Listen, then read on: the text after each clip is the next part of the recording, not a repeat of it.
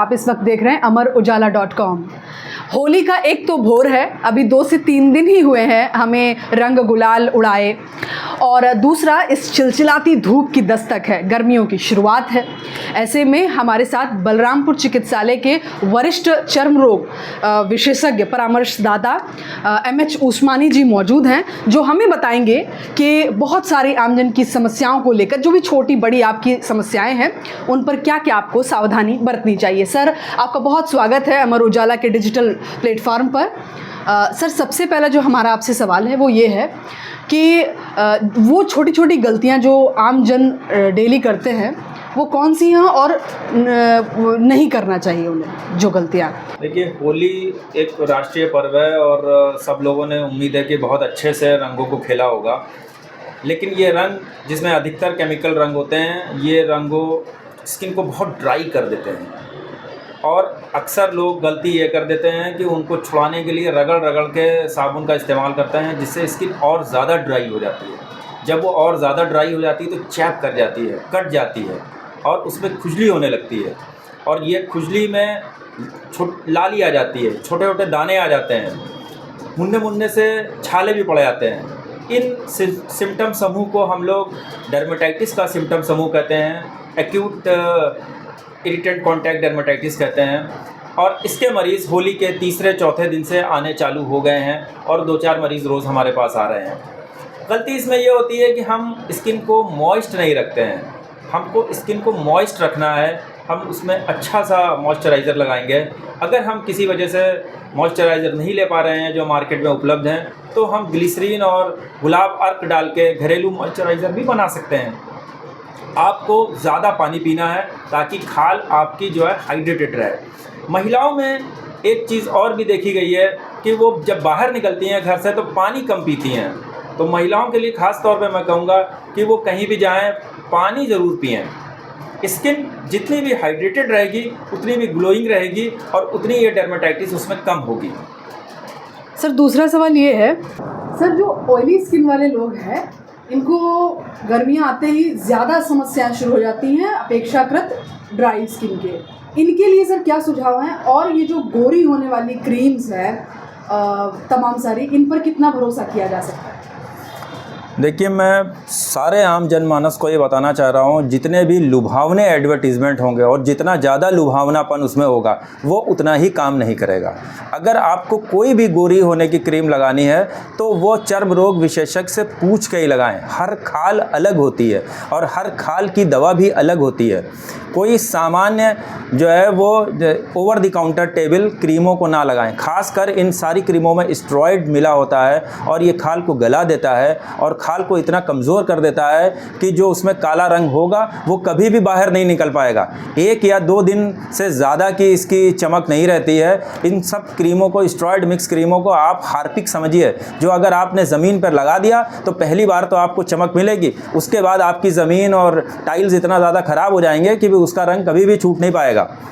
इसके लिए सर, इसके लिए मैं बिल्कुल, ये आपका सवाल का बिल्कुल स्पष्ट उत्तर है कि आप इन पे कतई भरोसा ना करें, अपने नज़दीकी चर्म रोग विशेषज्ञ को दिखाएं। अगर सर उन व्यक्तियों के लिए थोड़ा बहुत भी कुछ किया जा सकता है तो किस पर विश्वास करें फिर? मान लीजिए चमकदार गोरी त्वचा चाहिए, उसके लिए क्या कर सकते? खान पान पे भी देखिए, चमकदार गोरी त्वचा अगर आपको चाहिए है तो सबसे पहले एक डायग्नोसिस बनेगी कि आपकी स्किन की डायग्नोसिस क्या है, बीमारी वाकई में आपको क्या है। और ये इसके लिए चर्म रोग विशेषज्ञ ही ट्रेंड डॉक्टर हैं पूरे देश में। पहले वो एक डायग्नोसिस बनाएंगे और उसके अनुसार ही उस डायग्नोसिस का इलाज करेंगे। जितने भी ये कॉस्मेटिक ट्रीटमेंट हैं जो लोग कर रहे हैं, जो स्वयं चर्म रोग विशेषज्ञ नहीं हैं, उनके हाथ में अगर आप अपना चेहरा देंगे तो अंत में आपको नुकसान ही मिलेगा। मैं जो आपका एक दूसरा प्रश्न इसमें जुड़ा था कि क्या खान पान में आप कर सकते हैं, तो खान पान जो है वो एक जनरल बात यह है कि आपके खान पान में प्रोटीन हाई होनी चाहिए, जंक फूड नहीं होना चाहिए। आजकल की जो सबसे बड़ी गलती यह है कि हम जंक फूड पर ही विश्वास कर रहे हैं, बाहर से ही बना हुआ खाना खा रहे हैं, और बाहर जो खाना बनाते हैं वो लोग जो हैं आपकी हेल्थ ओरिएंटेड खाना नहीं बनाते हैं। वो खाना इस प्रकार से बनाते हैं चटपटा रहे, मज़ेदार रहे, आप बार बार खाएँ और बार बार उनके दुकान में आएँ। इसके अंदर अधिकतर जंक फूडों में जो है सिर्फ कार्बोहाइड्रेट होगा, चर्बी होगी और नमक होगा, और ये तीनों चीज़ें अंत में आपको नुकसान करेंगी। तो मेरा एक सुझाव यह है कि आप जंक फूड तो बिल्कुल ही बंद कर दें और अपने घर का ही बना हुआ खाना खाएं। दूसरा सुझाव यह है कि खाने में आप प्रोटीन की मात्रा जो है अधिक रखें, कार्बोहाइड्रेट की मात्रा जो है कम करें, और जो चिकनाई अगर आप खाना चाह रहे हैं तो 1 से 2 चम्मच घी जरूर खाएं डेली। सर एक सवाल ये कि जैसे आपने कहा इन पर भरोसा नहीं किया जा सकता है, तो आप एज ए एक्सपर्ट विशेषज्ञ खाने में आपने बता दिया, क्रीम इत्यादि में आप क्या सुझाव देंगे कि इसकी तुलना में आप ये लगा सकते हैं? देखिए, सुझाव जो होगा वो व्यक्ति विशेष होगा, जिसको हम कस्टमाइजेशन करते हैं एज पर डायग्नोसिस। सबसे पहले उस व्यक्ति की डायग्नोसिस बनाना अत्यंत आवश्यक है कि उसकी खाल में बीमारी क्या है, जिसके लिए चर्म रोग विशेषज्ञ ही ट्रेंड हैं इस देश में। अतः आपको मेरा सबसे बड़ा सुझाव यह है कि अपने नज़दीकी चर्म रोग विशेषज्ञ को ही दिखाएं और कृपया करके जो है किसी अन्य डॉक्टर पर विश्वास ना करें खाल के मसले में। होली से संबंध से एक सवाल है, सबसे ज़्यादा किस प्रकार के मरीज़ इस समय आ रहे हैं रंग गुलाल से संबंधित समस्या?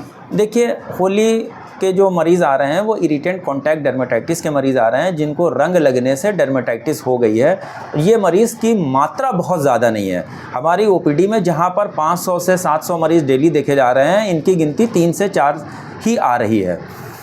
तो इनकी ये ऐसी बड़ी मात्रा नहीं है कि जिसको हम कहें कि बहुत ज़्यादा मरीज़ आ रहे हैं, लेकिन क्योंकि ये स्वाभाविक है कि मार्केट में हर्बल रंग्स और केमिकल रंग्स दोनों ही मिलते हैं, लेकिन केमिकल रंग ज़्यादा मिलते हैं, उनका प्रयोग किया जाता है और उसकी वजह से ये इरिटेंट कॉन्टैक्ट डर्मेटाइटिस हो जाती है। सर बहुत लोग कहते हैं तेल लगाकर खेलना चाहिए, तो इस पर सर क्या है? बिल्कुल, ये एक बहुत ही अच्छा सुझाव है कि अगर आप किसी वजह से हर्बल कलर नहीं खेल पा रहे हैं, जो कि आसान है, घर में बनाना भी आसान है, किसी वजह से अगर फिर भी आप नहीं कर पा रहे हैं, आप केमिकल कलर से होली खेल रहे हैं, तो अगर आप पूरे शरीर पर जो है आप एक जो घर में उपलब्ध तेल हैं, जैसे कि सरसों का तेल है, नारियल का तेल है, तिल का तेल है, ओलिव ऑयल है, इन सब की एक पतली सी परत लगा लें, यानी और बालों पर भी जो है आप एक लाइट ऑयलिंग कर सकते हैं।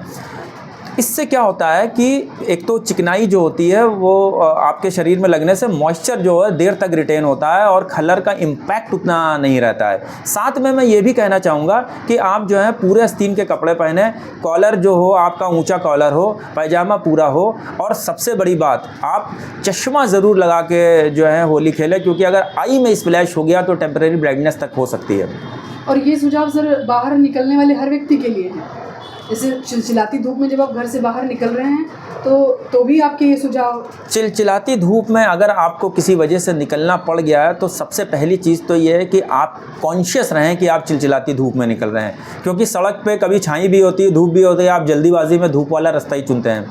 तो मैं ये कहूँगा अगर आप कॉन्शियस हैं तो आप वो रास्ता चुनिए जहाँ पे छाई ज़्यादा है। दूसरी चीज़ें आप पानी ज़्यादा पिएं।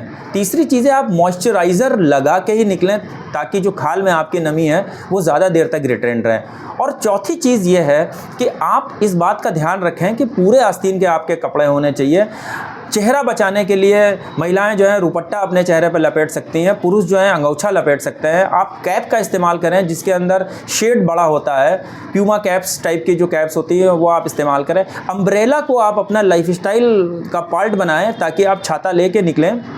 और अगर आप सनस्क्रीन लगा सकते हैं तो सनस्क्रीन ज़रूर लगा के निकलें, लेकिन सनस्क्रीन लगाने में एक आपको ध्यान रखना होगा कि सनस्क्रीन 15 मिनट बाद काम करती है और पूरे चेहरे पर 4 से 5 ml से कम नहीं लगाई जाती है, और इसका असर 4 से 5 घंटे। देखिए, एक्ने का तैलीय त्वचा से कोई लेना देना नहीं है।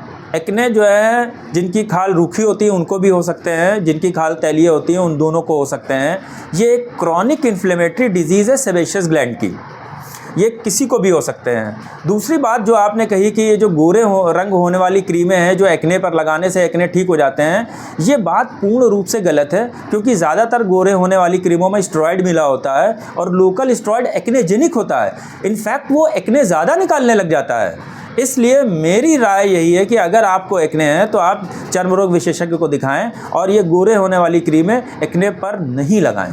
अगर आप ये वीडियो YouTube पर देख रहे हैं तो हमारे चैनल को सब्सक्राइब करें और बेल आइकन को दबाना ना भूलें। अगर आप Facebook पर ये वीडियो देख रहे हैं तो हमारे पेज को लाइक करें।